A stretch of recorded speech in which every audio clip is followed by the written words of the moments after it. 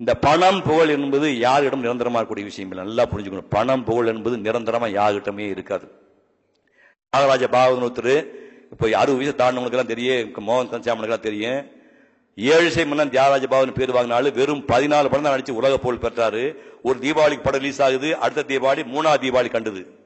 இந்திய வரலாற்றிலேயே தங்க பிளேட்ல சாப்பிட்ட ஆளு, தங்க பிளேட்ல தங்க தமிழ் சாப்பிட்ட ஆளு தியாகராஜ பாகவதர். வெள்ளக்காரன் கேட்கறான், யுத்தம் நடக்க போகுது, எனக்கு ஒரு உதவி வேணும்னு கேட்டான். தியாகராஜ பாகவதர் நாடகம் போட்டு கொடுத்தாரு, கச்சேரி வச்சு கொடுத்தாரு. யுத்தம் முடிஞ்சது, உனக்கு என்னையா வேணும்னு கேட்டான்.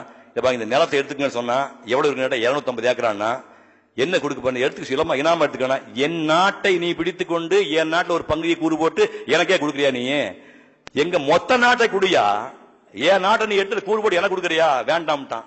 அந்த இடம் தான் திருவரம்பூர் ஊர். திருச்சி பல திருவரம்பூர் ஊர் ஆயிருக்கு.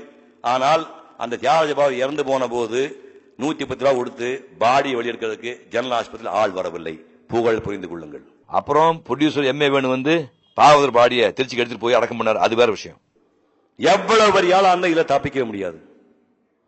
புதுக்கோட்டையில 46 வீடு பி. சின்னப்பா மாபெரும் நடிகர் 46 வீடு வாங்கும்போது புதுக்கோட்டை ராஜா சொன்னாரு, இல்ல பாரு, இனிமே இந்த சின்னப்பா வந்து இந்த ஏரியாவில் வீடு வாங்க கூடாதுங்கடா, ஊரே வாங்கிடுவான் போல சொல்லி உத்தரவு போட்டாரு. யார் வாங்கக்கூடாதுன்னு. அவருடைய மனைவி தாம்பரம் பக்கத்திலே புறம்போக்கு இடத்துல 10 அடிக்கு 10 குடிச்சு போட்டு குடியிருந்தாங்க.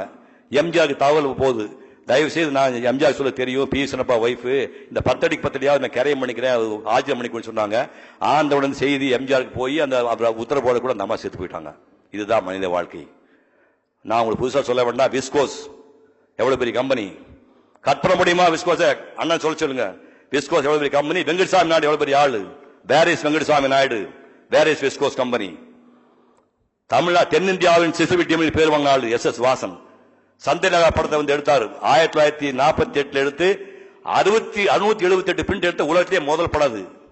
ஔவையார் படத்தை வந்து 1948 ஸ்டார்ட் பண்ணி 54 ரிலீஸ் பண்ண 6 வருஷம் ஔவையார் படத்தை எடுத்தாரு.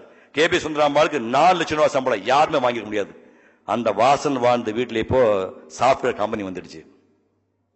போகும்போது எதையும் எடுத்துக்கொண்டு போக முடியாது. உங்க பிள்ளைகளே விட மாட்டான்.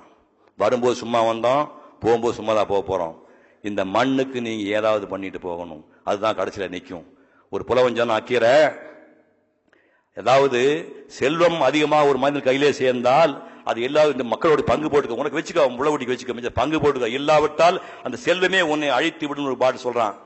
இந்த ஆழிசூழ் உலகத்தை தான் ஒருவனே ஆள வேண்டும் என்று நினைக்கின்ற பேராசை பிடித்த ராஜாவாக இருந்தாலும், வனவிலங்குகளை வேட்டையாடுவதற்காக இரவு பகலாக காடுகளிலே சுத்துக்கின்ற காட்டு முன்னாடியாக இருந்தாலும் எல்லாருக்கும் 9-2 கூட சோறு, உடுப்பது மேல துண்டு கீழே துண்டு, மற்றபடி பசி பிணி மூப்பு இறப்பு காதல் காம இல்லா உண்டான்.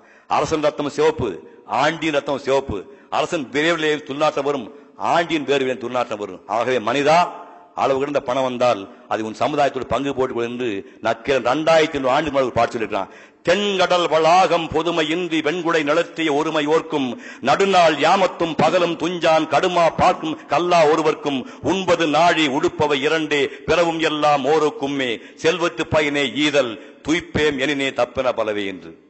அதை புரிந்து கொண்டு நீங்க நிறைய சம்பாதிங்க, குழந்தை குட்டியோட அன்பாருங்க, பொண்டாடி தெய்வமா வணங்க, புள்ள குட்டிமா பாசமா இருங்க, உலகத்துக்கு நீங்க பயன்படாம வாழ்க்கை அமைச்சுங்க. அதாவது உலகத்துல பாத்தீங்கன்னா ஒருத்தங்கிட்ட பணம் இருந்தா அவங்ககிட்ட படிப்பு இல்லை, படிப்பு பணம் இருந்துச்சுன்னா அவங்ககிட்ட வந்து ஆரோக்கியமா உடம்பு இல்லை, பயில்வானா இருந்தான்னா நல்ல மனைவி இல்லை, நல்ல மனைவி பிறந்தா அவனுக்கு குழந்தை மோசமா பிறகுது, நல்ல குழந்தை பிறந்தா செலவு காசு இல்லை, கொடுக்கறதுக்கு மனசு இருந்தா கையில காசு இல்லை, காசு இருக்க கொடுக்குற மனசு இல்லை. இப்படி ஒன்று இருந்தால் ஒன்று இல்லை என்பதுதான் மனிதனுடைய வாழ்க்கையில. ஆனா நம்ம பெரியவங்க என்ன பண்ணிருக்காங்க, எல்லாம் பெற்றவன் தான். அதாவது நீண்ட ஆயுள் வேணும், நோயற்ற வாழ்வு வேணும், மாறாத இளமை வேணும், உயர்ந்த கல்வி வேணும், அன்பு குறையாத மனைவி வேணும், சலிப்பு இல்லாத வாழ்க்கை வேணும், பெருமை சொல்ல பிள்ளைகள் வேணும், கொடுக்கறதுக்கு மனசு வேணும், அதுக்கு பணம் வேணும், இறைவன் மீது பக்தி வேணும். இது எல்லாம் சேர்ந்து வாழ்வன் தான் முழுமையான மனிதன் சொல்லி ஒரு பாடல் வருகிறது. கலையாத கல்வியும் குறையாத வயதும் ஓர் கபடு வாராத நட்பும், கன்றாத வளமையும் குன்றாத இளமையும் கழு பிணி இல்லாத உடலும், சலியாத மனமும் அன்பகலாத மனைவியும் தவறாத சந்தானமும், தாளாத கீர்த்தியும் மாறாத வாத்தியம் தடைகள் வாராத கொடையும், தொலையாத நிதியமும் கோணாத கோலும் ஒரு துன்பமில்லாத வாழ்வும், துய்யனின் பாதத்தில் அன்பும் உதவி பெரிய தொண்டரோடு கூட்டு கண்டாய், அலையாழி அரிதுயிரும் மாயனது தங்கையே ஆதிக்கட ஊரின் வாழ்வே, அமுதீசர் ஒரு பாகம் அகலாத சுகவாணி நல்வாமி அபிராமியே என்று அந்த 16 வகையான செல்வங்களை விட்டு எல்லோரும் பல்லாண்டு பல்லாண்டு வாழ வேண்டும் என்று வாழ்த்தி வாய்ப்புக்கு நன்றி கூறி விடைபெறுகின்றேன். நன்றி, வணக்கம்.